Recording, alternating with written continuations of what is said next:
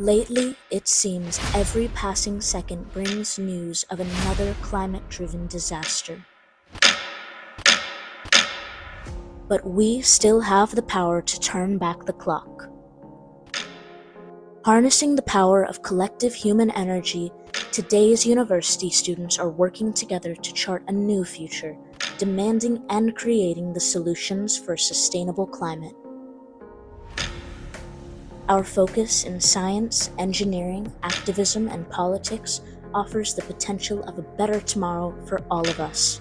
Tune in to Campus Climate Corps for news of what is and what is not happening at this year's UN Climate Conference. All right, thank you to everybody who's joining us for our second daily briefing on the events taking place over at COP29. I'm your host, Rock Kabajati Jr., here with the Campus Climate Corps team in Baku, Azerbaijan. Thanks again to all those who are joining. Yesterday, we had a wonderful session with the students of the Florida Gulf Coast University. Special thanks again to Dr. Everham and Dr. Walsh. Today's program is going to be centered around the theme of COP29, at least the beginning of today's presentation will be around the theme of COP29 today, which is finance. Typically, the United Nations COP conferences, as many of you may or may not know, requires at least 2 days of the 10 days that COP actually meets that is dedicated to finance. Sometimes and very often is the case behind closed doors during any given time at COP29, there will be negotiations taking place around money. In fact, this conference wouldn't be possible if there wasn't some obligations to fund developing nations and from developed nations with regard to financing. Now, we're going to now be showcasing, or let me share my screen once again so that we can go over into the discussion of finances. All right. So what exactly is finance? What do I mean when I say finance? First of all, it's about funding adaptation and mitigation. So as the climate crisis intensifies, a lot of the discussions will revolve around how we intend to adapt to the climate crisis and to mitigate some of the more extreme events or some of the more extreme outcomes of the climate crisis. So this is about our funding commitments, and it's about the need to help countries, particularly those who are developing, particularly those who are more risk averse to the climate impacts, and invest in those carbon reduction technologies.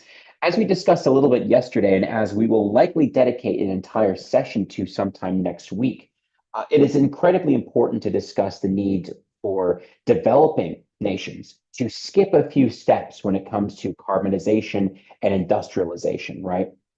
So a lot of the correct attitudes of developing nations is they point fingers at developed nations, especially nations like the United States, the United Kingdom, and France, who have already had their time in the sun. They've already had their time to industrialize, to emit the carbon. In fact, the United States has, throughout its entire history, accounted for close to 25% of the entire global carbon historical budget that humanity has ever emitted into the atmosphere. So it is a correct finger pointing by these developing nations saying, okay, if you don't want us to develop, if you don't want us to industrialize, if you don't want us to emit all of this carbon, it's your job as the nations who have already industrialized to help us get there while emitting the least amount of carbon as possible.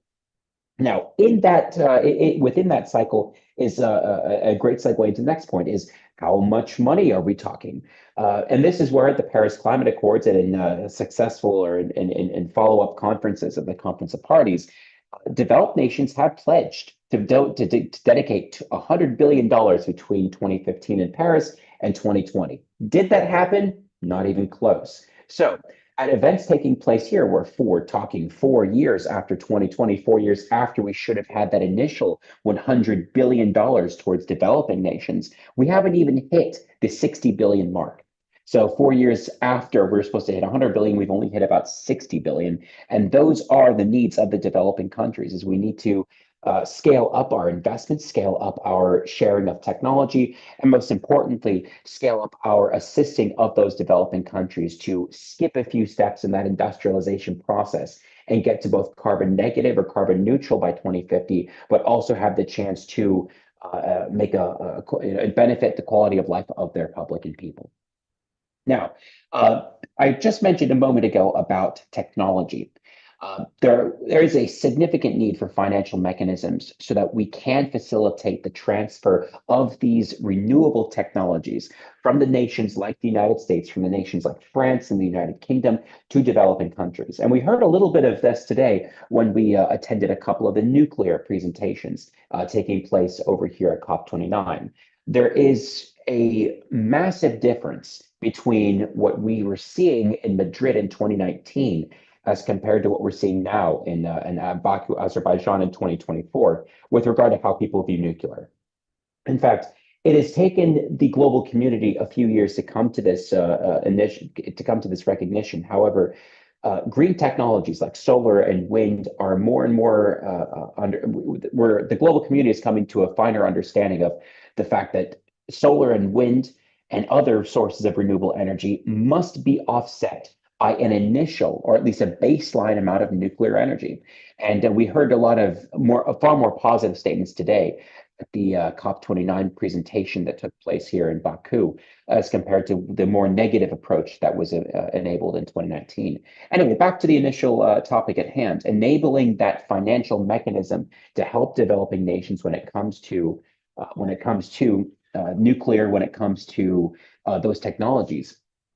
It essentially means that it's our job to help facilitate the transfer of those technologies sooner rather than later. And nuclear is by far one of the largest amounts or one of the largest technologies out there that require the largest financial investment or the largest transfer of knowledge between the scientists, between the professionals to get there, and so on. Now, there's also the next part, which is supporting loss and damage. A lot of this discussions today were about financial mitigation, right? So it's critical to understand that a lot of countries are going to suffer when it comes to the climate crisis. How much they suffer is now a question because financing typically can alleviate some of that suffering or even prevent us from getting to that point altogether from the start if we have the correct investments to begin with. And this is about sustainability projects. This is about recovery projects. As many of you might remember, in the United States, we just had two massive hurricanes hit our coast back to back. This is nothing new for countries like India, for countries like Bangladesh, even for countries that are suffering from sea level rise already. We already have multiple reports this year, at least in 2024, of 100-year events taking place, not just every decade even, but every year. And this is and the discussion about finances today was about that the loss and damage from these massive climate disasters, and more importantly, prevention before we get to those climate disasters. How do we enable an investment in technologies that help us prevent that from happening? Now, we also want to encourage private sector involvement, right? So a lot of the discussions today were also about how to involve companies. However, there was a little bit of negative feedback because many of the companies that were speaking, both in the plenaries and speaking during the private meeting rooms, were also speaking about something regarding oil, something regarding natural gas, and companies that aren't necessarily fully divested of fossil fuels. Now, that's a really important point because, unfortunately, the fossil fuel industry has a massive impact here in Baku, Azerbaijan. We don't know the exact numbers of those registered for this event. However, they're expected to be close to about 25% of all those registered have some kind of involvement with the fossil fuel industry. Those numbers will be coming out probably after the COP conference is over, not before.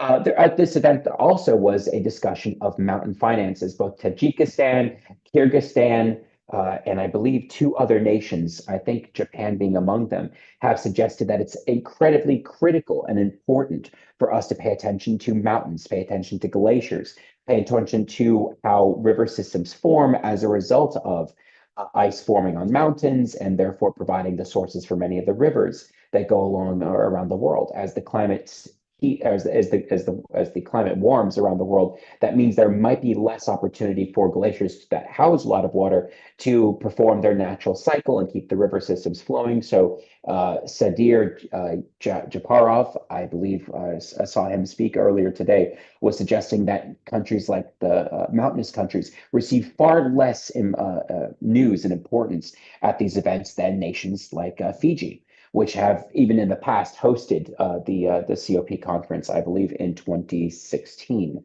or 2017. Yeah, 2017. So mountainous countries get a lot less financing, a lot less attention, mostly because they're not directly in the line of sea level rise, they're not directly in the line of news. However, as the glaciers begin to warm and lose far more of their supplies of water, it becomes critically important to understand they have very little that very little attention is placed on them. Okay, actually, before we get to one of the more important or interesting angles of this, we also need to talk about changes in mobilization. So despite the commitments that we currently have seen, the mobilization of funds has been ridiculously slow. And this has been incredibly important today as we saw multiple world leaders uh, cast a lot of blame and doubt upon the developed nations of the world, as that 100 billion target has not, been 4 years since they were supposed to hit, and yet they have not. And this is all against the backdrop of the United States election, which has played into many of the fears of nations at the COP conference, COP29 today. Many of the delegates from around the world have been looking at the United States with fear and angst. However, some of the US delegates that actually attended this event today said there's too much momentum going forward with plans to transition to renewable energy. So despite the Trump administration threatening to withdraw from the Paris Climate Accords again, on January 2025. There is still too much momentum going forward. At least that's been said by the U.S. delegates. Now, one of the last slides I'm going to leave you with is actually an AI developed slide, an official Azerbaijan AI developed slide. We saw quite a bit of AI art here at COP29, which is incredibly interesting to say the least. I haven't seen much innovation with regard to AI besides art, but I am looking forward to seeing if there are any pavilions or even any nations that describe the use of AI in the future and how they intend to benefit from that, or at least how they intend to utilize it for the climate crisis. All right, and with that, I am now going to turn it to our very own Michael Fiddler, who's going to showcase to you maybe some pictures about the events taking place, or some, what he has seen on the ground here at COP29. Well, thank you, Rob, for the floor, and I'll be sharing some images. So let me just share my screen, and I will describe my day at COP. This is the first image of the day, and it's not really taken at COP, it's taken on the way to COP. I needed to buy a new SIM card this morning because I want to be online all the time. And let me tell you that just to buy a SIM card in Azerbaijan is not so simple. It took these 3 people to sell me the SIM card.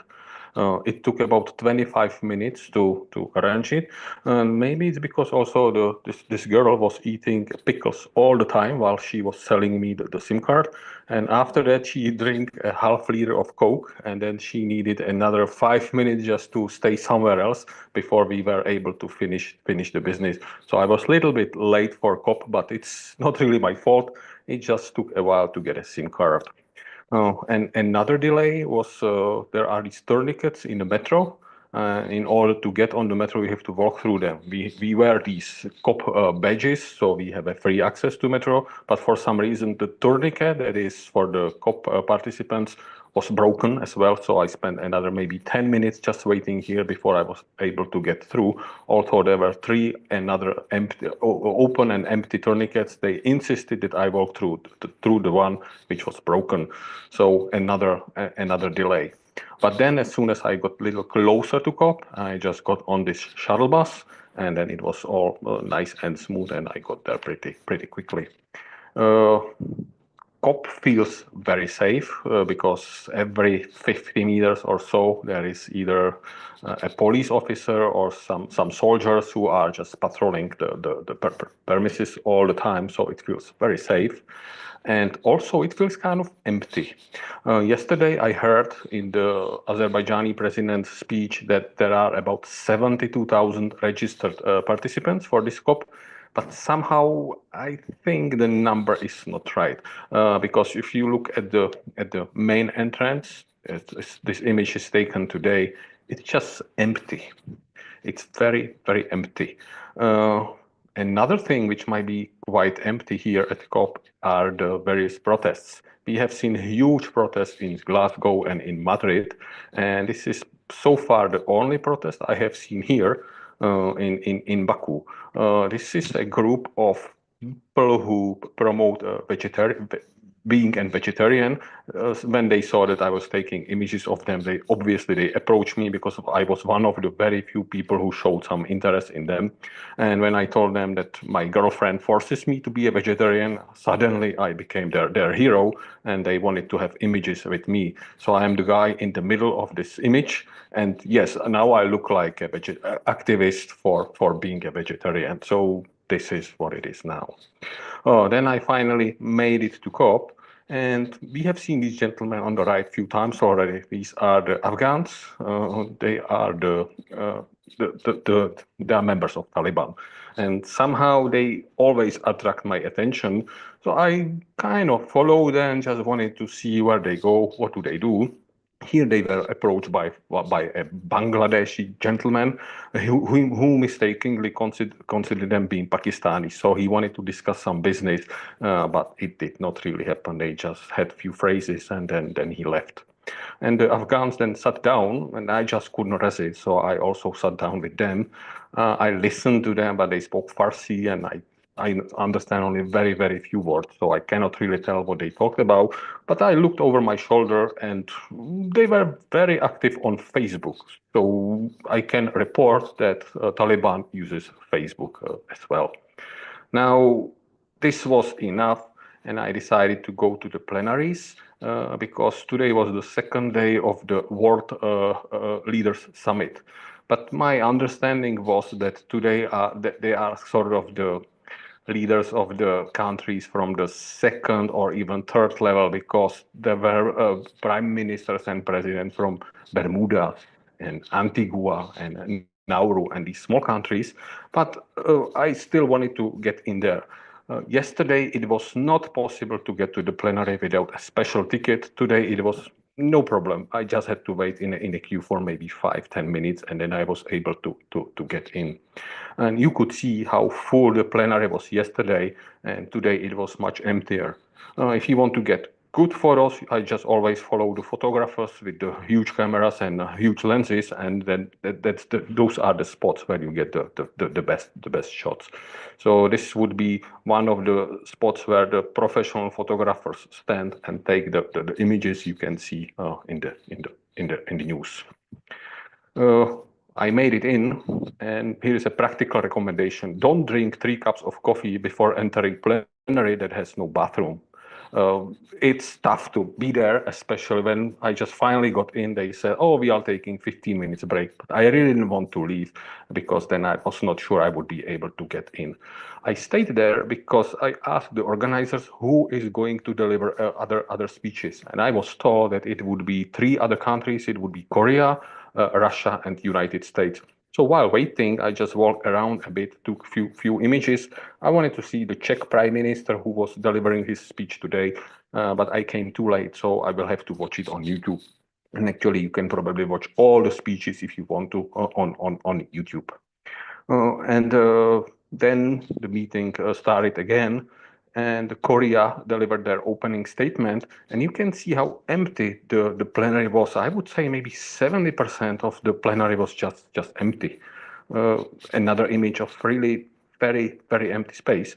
It's maybe because many of the speeches are very similar in context. You just listen to 2 or 3 of them, and then you get an idea. And listening to it 180 plus times, it might be a little boring for the participants. So they just left. And now somehow I was surprised that during the second day, aka the countries of lower level, was included the United States. So here was the opening statement by John Podesta, the special envoy for climate, and you can read it on, I think it's on the White House website, that there is the transcript of his opening statement.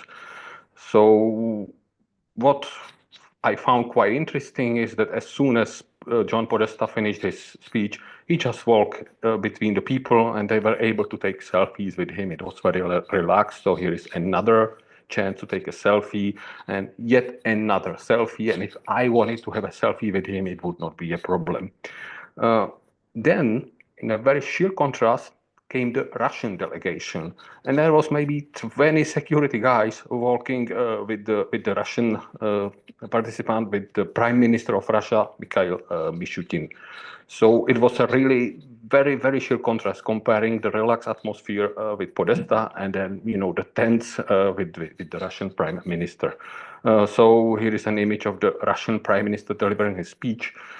He mentioned Putin several times, but he had a very short statement.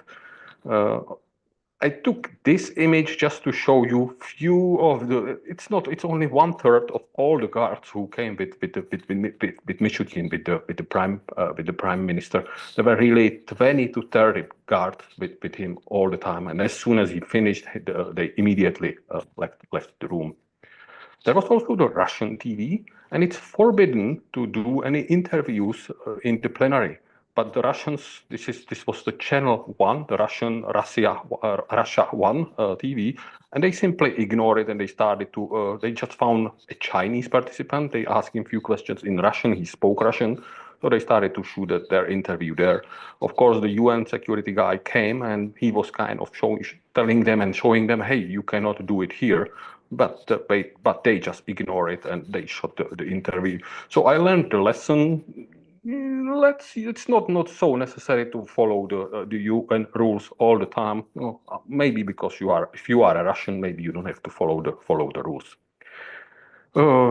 Then the session of the opening statements was over, so I just walked to the other plenary, and there was a very similar session. It was the Leaders Summit of the small island or developing states, and there were again some prime ministers from these small islands like Solomon Islands and Cook Islands and so on, and they were delivering similar speeches what I just heard in the other room.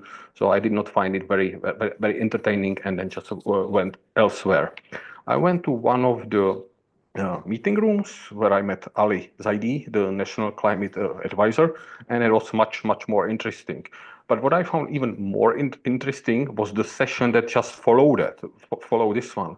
I found a very, I would say, unusual crowd of people on the panel. Because on the right-hand side, that's a mayor of Kuala Lumpur, the capital of Malaysia. The gentleman next to the lady, I think he's a mayor of Albuquerque, New Mexico. And then the next gentleman is Jan Inslee, the governor of the Washington state. And they were again discussing the issues, the usual issues. And what struck me was that some of them were sort of for the up to button approach, while the others were from the button to up approach. So I could not really tell what would be the recommendable solution. I listened to Jay Inslee, to the Washington governor, and he basically said that the results of the recent election is just a minor bump, and it will be fixed. So he was very positive. It sounded that that's just a minor setback, and don't worry, the US will work it out. So let's see how that works out. It might be also a lesson for Rock, because as soon as we finished this session, we went with Rock and met another member of our team, Dana Ferling, who's on the left, and they discussed the political outcome. So Rock, my recommendation is learn from the governor. It's just a minor setback. Don't be sad about the election results.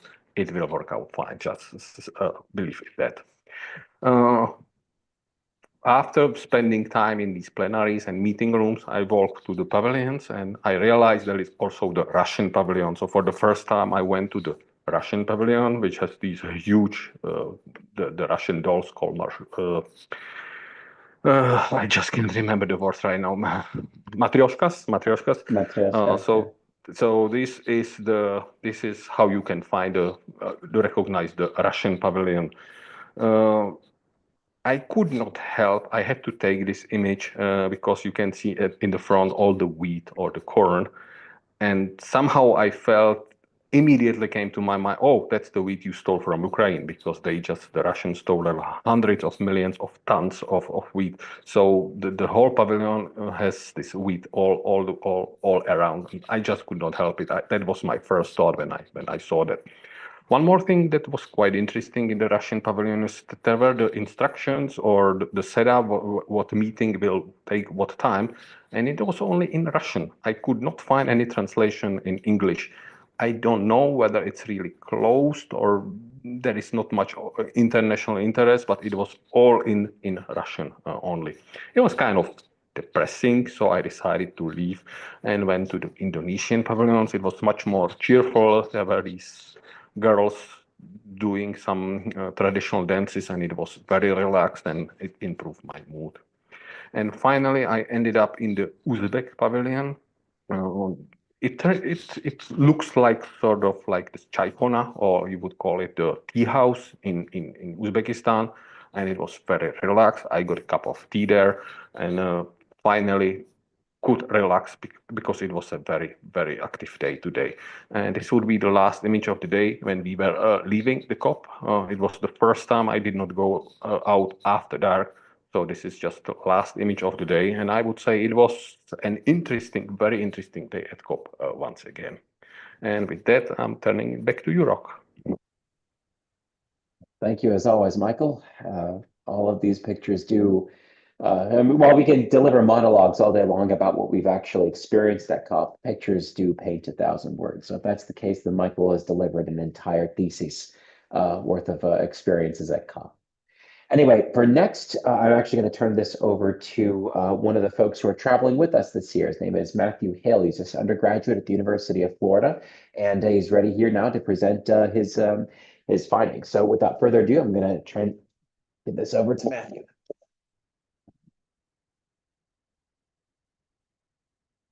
All right, hello everyone. It is fantastic to be here. It's super exciting to speak to all of you, and I'm really hyped to talk about some of what I saw today. So, as Brock touched on earlier, today was very much finance focused, and there was a little bit of shade being cast towards the developed nations, especially regarding how slow that climate finance is moving. So we're going to go into a little bit of the kind of recent history around some of the climate finance that's being talked about at this COP. So 2 years ago, at COP27, a fund was established called the Fund for Responding to Loss and Damage.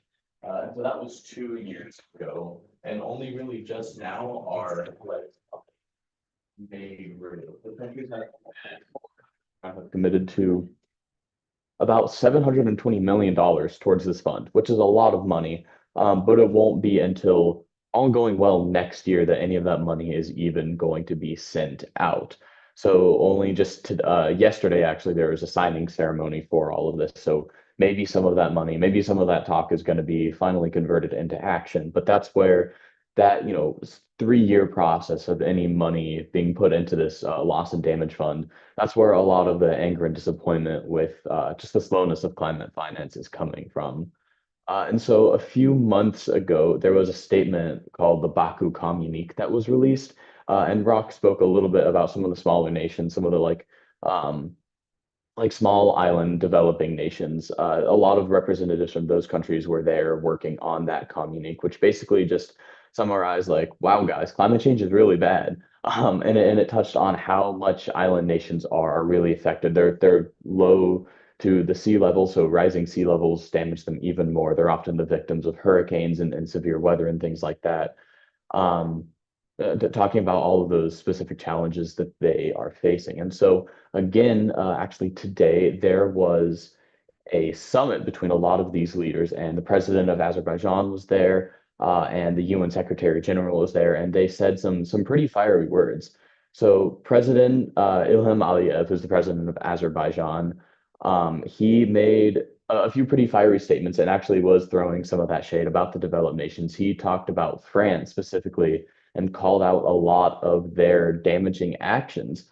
A direct quote from him I've got here. It says, "The list of France's crimes and their so-called overseas territories would not be complete if we did not mention the human rights violations by the regime." He goes and lists off a lot of stuff that they've done that he thinks is wrong, a lot of protest suppressions and things like that. And then he concludes with saying, after all that, France was not denounced by any of the, notable European European leadership. And so it was a very, very almost aggressive way of opening up the summit, of calling out calling out the global north for taking up a lot of the space in terms of carbon emissions and not really giving a lot back in terms of mitigating it.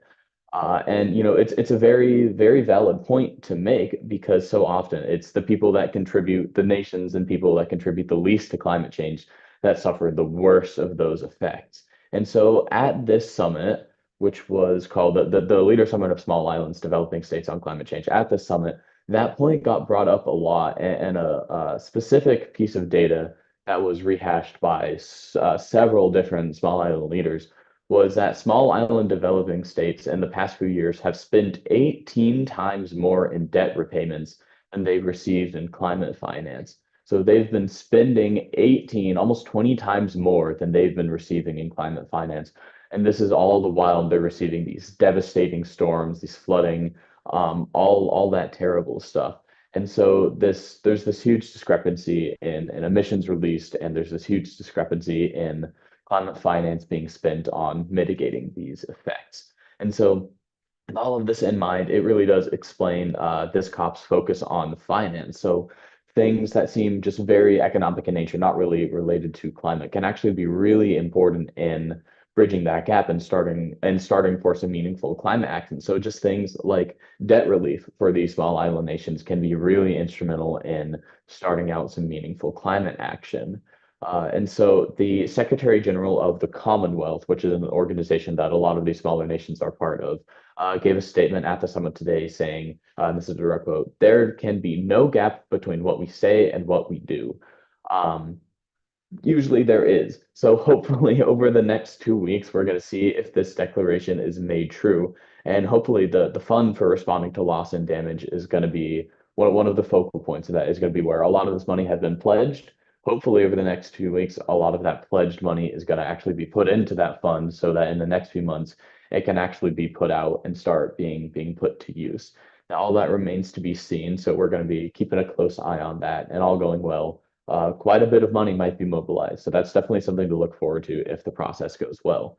Um, After reviewing all of this, it does become very clear how inefficient the political process is at mitigating climate change. So there's hope for about several $100 million to be mobilized.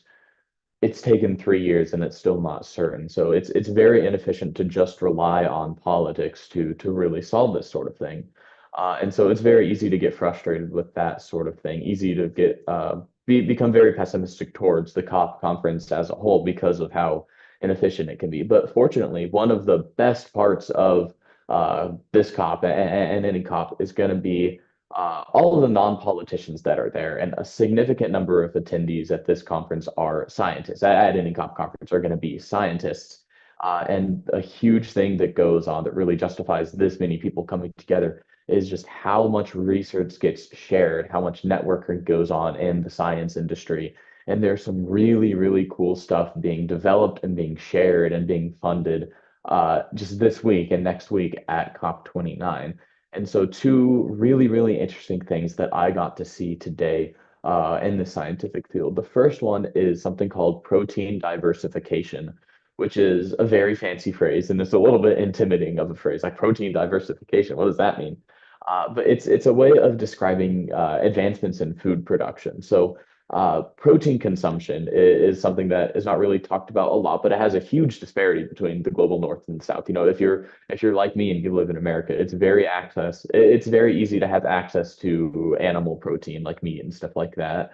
And because of that easy access, because of the money and stuff that we have, a whole lot of carbon emissions end up coming from that. In the US alone, about 3% of our total emissions come just from the beef industry. And so, um, in terms of just fairness, the global north has a lot more access to protein in general, to animal protein specifically, and we emit a whole lot of carbon because of that. And so protein diversification is science and food science that is developing new ways we can get people nutrition. So people that don't have access to this can get proper nutrition. And when everyone is having access to this nutrition, that it's not going to be like the beef industry, which is not just inhumane, but pollutes so much and emits so much carbon into the atmosphere. So that's protein diversification is a really, really interesting thing that is being talked about here at COP.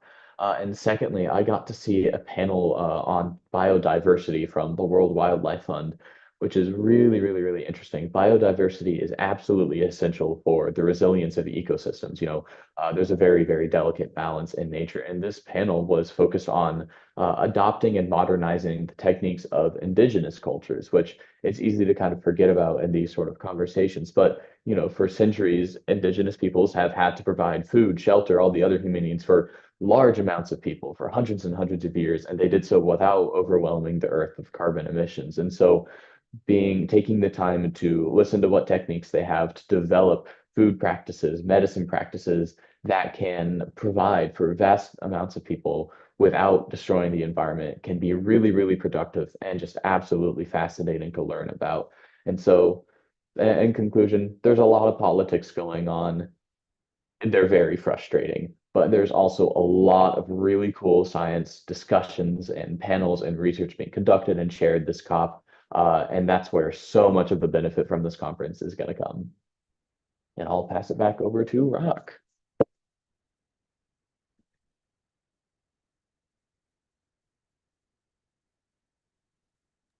That's the great thing about my job. I'm always passing it off to somebody else because I'm about to pass it off to our very own Dr. John Capice, who's also going to deliver a segment today.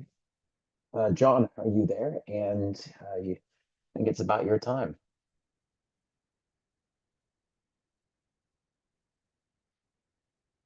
Oh. John, can you hear okay? Can you see okay?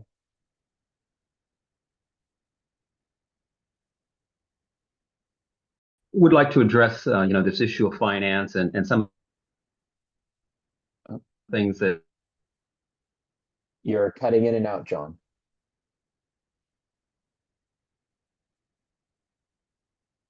the inefficiency of the political process.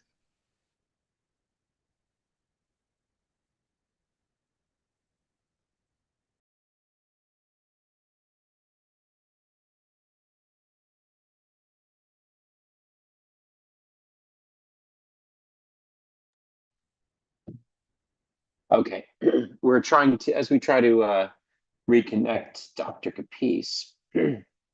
A couple other things that that he may very likely talk about, but they're incredibly important to discuss actually are some of the private sector engagement that's been missing at these talks. So a lot of times when we're relying on private firms to come together and to assist in climate mitigation, especially when it comes to finances, sometimes the wrong people are left out of the room, or so the right people left out of the room and the wrong people included.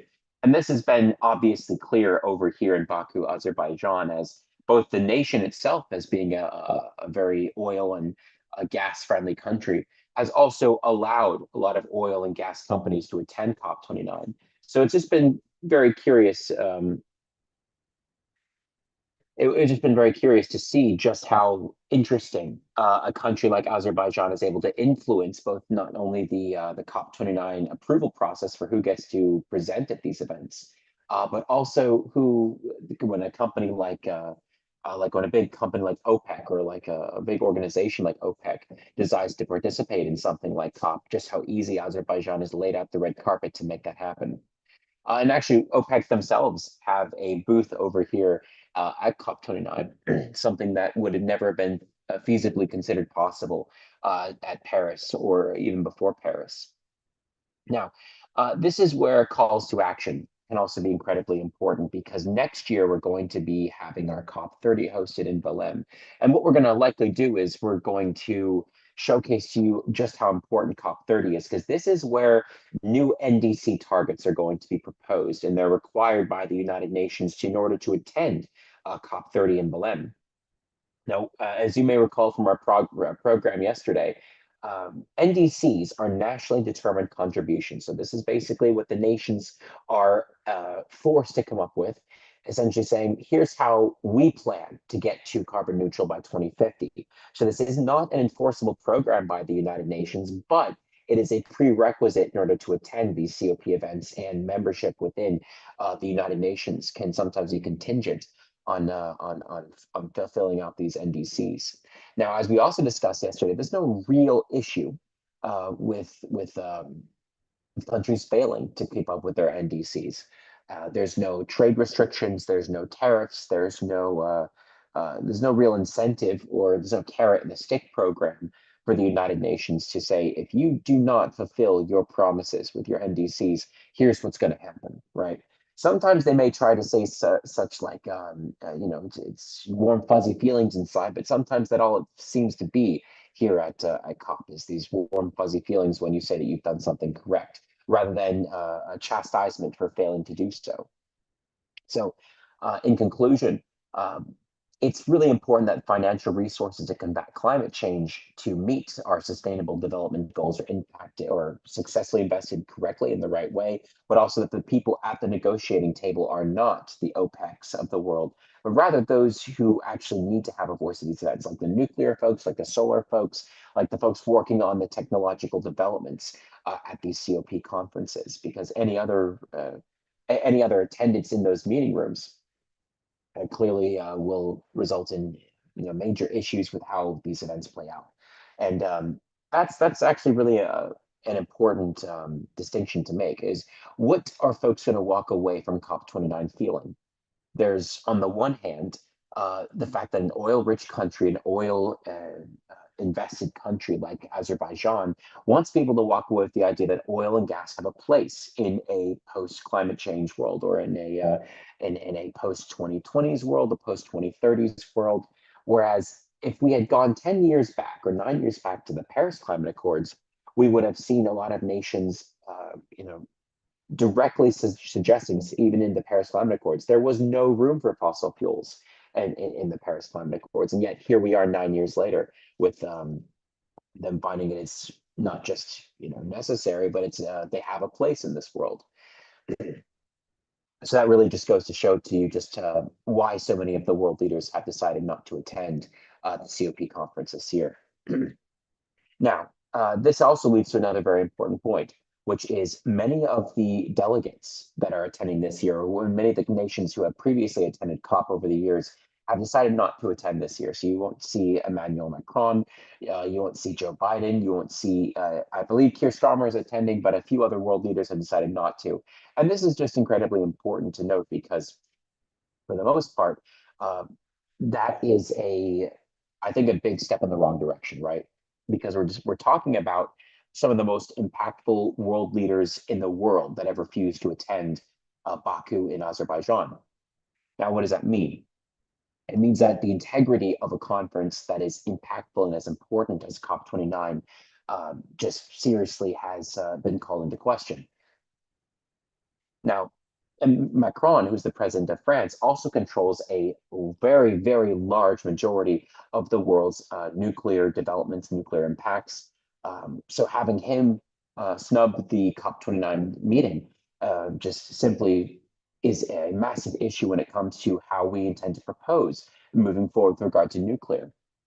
And having somebody like De Silva, who is the president of Brazil, snubbed COP29, despite the fact that Brazil is the host country of COP30, is yet another called into question the integrity of this conference. So how this will impact COP30 in Berlin is yet to be seen. And just as a reminder, that is where the next NDCs will be decided. I now have, we're now seeing that Dr. Capice is able to rejoin us. So John, if you're ready, I'm going to hand it over to you. Thank you. A little bit of bandwidth and technical issues here, but we'll make do. As I was saying, Matthew was discussing the inefficiency of the process and its relative ineffectiveness at addressing this issue. And one of the things that highlights that is today's announcement from Kyrgyzstan.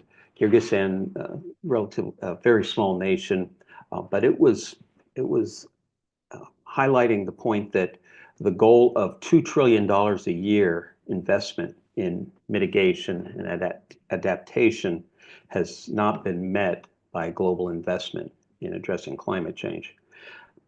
As I pointed out yesterday, $2 trillion is nothing relative to the scale of the issue. If we were investing what we did in World War II, just as the United States, it would be $7 trillion a year. So if you scale that up to a global warlike effort, you're talking tens of trillions of dollars per year. And currently they're only asking for 2 trillion. And I think that's highly unrealistic relative to the scale of the challenges. We also touched upon the loss and damage fund. And the loss and damage fund is an interesting concept. It's very important, very necessary. But there's a lot of game playing being done on all sides, where the Western nations pledge to do more and they don't do more. And the recipient nations pledge to utilize the monies properly, but that's definitely in question as well. The smaller nations, even the larger nations, are questionable on this front. Last year, I attended a session where China was sitting with a US representative and making the case that China should still be a recipient nation on the loss and damage fund rather than a donor nation. And that's because a lot of these categorizations were established 30 years ago. This is COP29. So we're operating with some vestiges of definitions that were established 30 years ago, which no longer reflect reality.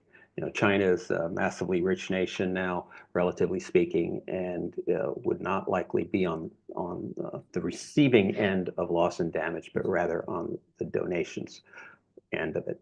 So a lot of these countries are approaching the climate change issues with just traditional self-interest motivations and objectives. And we're not going to be able to address the problem properly if we maintain that sort of approach. The other issue on assistance to other nations is in the technology transfer realm, which we had talked about before. Unfortunately, a lot of the technologies we're talking about transferring have not yet been developed. You know, if we're talking nuclear, we do not want to transfer our current nuclear technology. That the appropriate technology or the potentially appropriate nuclear technology is still under development. We've lost at least 30 years of research and development progress on things like gas-cooled reactors that use a fundamentally different type of fuel because of the politics of the nuclear energy in this nation, in the United States. So whereas we might want to talk about technology transfer, we first have to focus on appropriate technology development, regardless of the fact of how many decades we've lost in that process. On a more immediate basis, I spoke with a representative of the UN responsible for the migration issue. And this is an issue that's been growing steadily over the past several years that we've been attending COP. Interestingly, the little nation of Tajikistan has hosted most of the discussions of migration in prior years, but now it's expanded to many other pavilions. So I'm looking forward to hearing more about that in the coming weeks. The UN representative was very adamant in pointing out that this is an emerging issue and one that will become more and more acute globally. Last year, the Azerbaijani representative in a Central Asian pavilion session talked about how it had even reached their nation, where people were moving from the farms into the cities. It's not trans-boundary migration with Azerbaijan yet, simply within their own borders, because as climate change becomes more problematic relative to its impacts on the weather, has a direct effect on rainfall, temperatures, extreme rainfalls, either too much rain or too little rain, and that affects food supply and the viability of the agricultural sector, particularly the small farmers who become stressed by these water problems. They, in turn, seeking some employment, move to the cities. So much of that is happening now in various countries, and once it becomes even more severe, it's likely to transfer into the transboundary. So I'll be looking forward to hearing more about that in the coming days at various sessions. So, Rock, thank you.